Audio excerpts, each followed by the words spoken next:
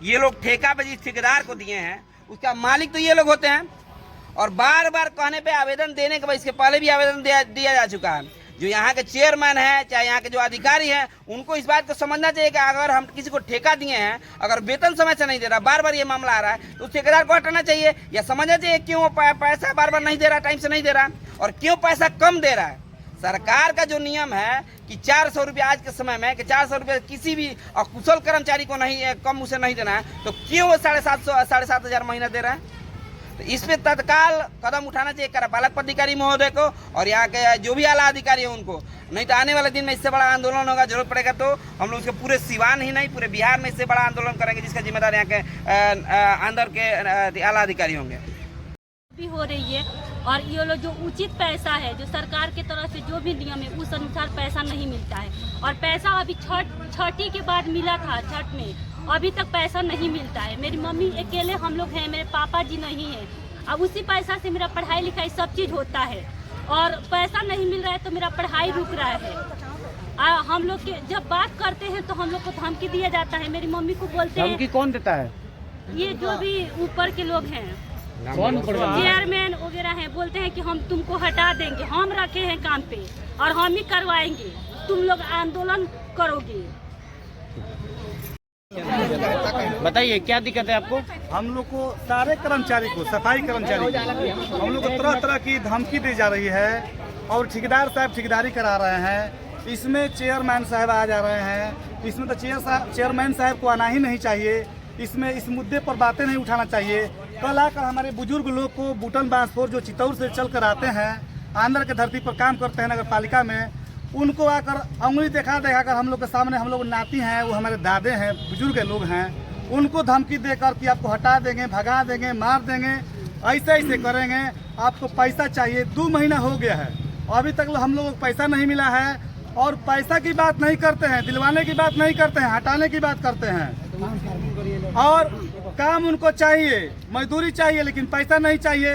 ये झाड़ू है, झाड़ू से हम लोग सफाई काम करने का काम करते हैं, सफाई के लिए झाड़ू भी नहीं मिलता है, उचित हम लोग का पेमेंट नहीं मिलता है और हम लोग को हटाने को, भगाने का बात किया जाता है। दरौली से मंगा लेंगे आदमी, कुटनी से आदमी मंगा लेंगे। ये कहाँ का नियम रूल है बताइए। हम लोग का 18,000 रुपया मूल वेतन होना चाहिए, हम लोग को 7,500 रुपया मिलता है, इसमें हम लोग का पेट नहीं भरता है। उसके बाद 2 महीना हो जाता है, कहने पर हम लोग को हटाने का काम किया जाता है, भगाने का काम किया जाता है और हम लोग का मांग पूरी नहीं होती है। सर, यही मैं अपने बातों से कहकर अपने वाणी को विराम देता हूँ। आप लोग से रिक्वेस्ट रहेगा, निवेदन रहेगा कि हम लोग का जो मूल्य कीमत है वो दिवाने का काम करे और हम लोग का काम रोजी रोटी देने का काम करे। यही मैं आप लोग से अपने वाणी को कहते हुए अपने वाणी को विराम करते हैं। चेयरमैन पर रोक लगा के, दबदबा करके, बरियारी करके चाहता रन की ये लोग हम अपना कवर में रख अनु धमकी देता। हमरे काल अंगुरी देखावे लगलो कि काल देगी, आई कर देंगी। आपके कितना तनख्वाह मिलेला? 7,000। जब भी सरकार के लिए 12,000। 12,000 का सरकार के बाद ये बार हमने के 7,000 मिलत। ऐसे कहते हैं लोग कि अभी पैसा ना मिली, जबकि समय बात तरह के समय बताई आदमी में से निकालल जाई, रखल ना जाई। पैसा बात की कल सही आपसे सुपरवाइजर लोग कहता 2 जना सुपरवाइजर बालू, चेयरमैन रखवाले बनी और उप चेयरमैन रखवाले बनी। चेयरमैन आप लोग बता हटावे के? हाँ जी, चेयरमैन कह तो लोग मैंने आपके ना रखल जी ना, ये बड़ा पैसा दे देम लेकिन ये बड़ा हटा देम, तू लोग काम मत कर। दूसरा जगह से आदमी बुलाए। आज हम लोग नगर पंचायत आंध्र में हम लोग मौजूद हैं, आंध्र ब्लॉक पे मौजूद हैं और पूरे शहर का हम लोग भ्रमण किए हैं। इसका मुख्य कारण है, विरोध मार्च का कारण ये है कि आज आए दिन जब से नगर पंचायत का ये निर्माण हुआ है और मजदूरों को रखा गया, उस सालों से ये वहाँ पे कार्य कर रहे हैं।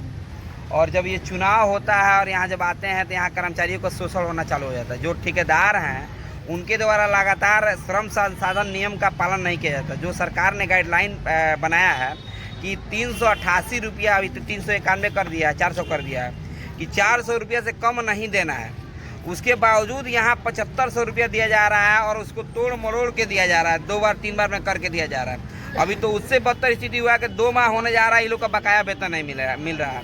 तो मैं ये कहना चाहता हूँ आपके चैनल के माध्यम से यहाँ प्रशासन को, जो भी आला अधिकारी हैं, कार्यपालक पदाधिकारी हैं, चेयरमैन हो, वाइस चेयरमैन हो, वार्ड पार्षद हो, चाहे जो भी आला अधिकारी, उनसे कहना चाहूँगा कि सरकार ने एक गाइडलाइन बनाया है कि किसी भी कर्मचारी को रखना है तो मिनिमम वेतन उसको 400 आज के रेट में तय कर दिया सरकार, उससे कम नहीं देना है। उसके बावजूद उसका बीमा कराना है, उसका ईपीएफ काटना है, उसका सेफ्टी किट वगैरह प्रोवाइड करना है, लेकिन यहाँ किसी तरह का नियम का पालन नहीं किया जा रहा है। यहाँ पे उल्लंघन किया जा रहा है और ये लोग ठेका दिए ठेकेदार को, या ठेकेदार कर रहा है या मिली भगत से हो रहा है, इसकी जांच कराई जाए। अगर कर्मचारी आज हड़ताल पे बैठे हैं तो 2 महीने से उनका बकाया वेतन नहीं मिला है, और बताइए जो गरीब कर्मचारी कमाते हैं और खाते हैं उनका वेतन अगर 2 माह से रोक दिया जाए तो बताइए उनके परिवार कैसे चलेगा। इन्हीं सब कारणों की वजह से आज कर्मचारी हड़ताल में बैठे हैं। उसके समर्थन के लिए हम लोग आए हैं और आपके चैनल के माध्यम से हम आप यहाँ के नगर पंचायत के आला अधिकारियों को हम चेता देना चाहते हैं कि तत्काल इनका वेतन सरकार के गाइडलाइन के अनुसार नहीं मिलता है, ईपीएफ नहीं होता है, ईएसआई नहीं होता है, और इनके जो बकाया वेतन अविलंब नहीं मिलता है, तो आने वाले दिनों में हम लोग इससे बड़ा आंदोलन करेंगे जिसका जिम्मेदार यहाँ के नगर पंचायत के आला अधिकारी होंगे। और मैं एक बात कहना चाहता हूँ कि सरकार का गाइडलाइन है कि जो भी 3 साल से ऊपर काम किए अस्थायी करने के लिए यहाँ से रिक्रूटमेंट भेजा जा सकता है।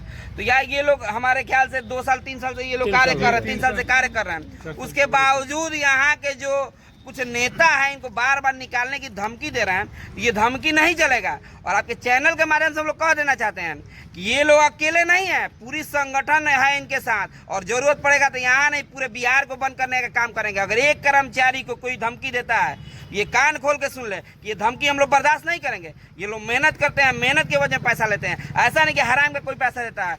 सबसे निचला स्तर का काम जो समाज का सबसे निचला स्तर का काम होता है, सफाई का काम, कचरा यहाँ के समाज के लोग फैलाते हैं, कचरा उठाने का, साफ करने का काम करते हैं। कोरोना जैसी स्थिति में इन्होंने लगकर अपनी जान के परवाह किए बिना अपने पूरे समाज को साफ करने का काम किया, और उनको आप बार बार धमकी देते हैं, उनका वेतन कटौती करने का काम करते हैं। ये हमारी संगठन एकटू, हमारी पार्टी भाकपा माले ये बर्दाश्त नहीं करेगी। और तत्काल इनका वेतन और जितनी भी सुविधा, सरकार की सुविधा अगर नहीं मिलता है तो आने वाले दिन में इससे बड़ा आंदोलन होगा, जिसके जिम्मेदार नगर पंचायत आंध्र के आला अधिकारी होंगे।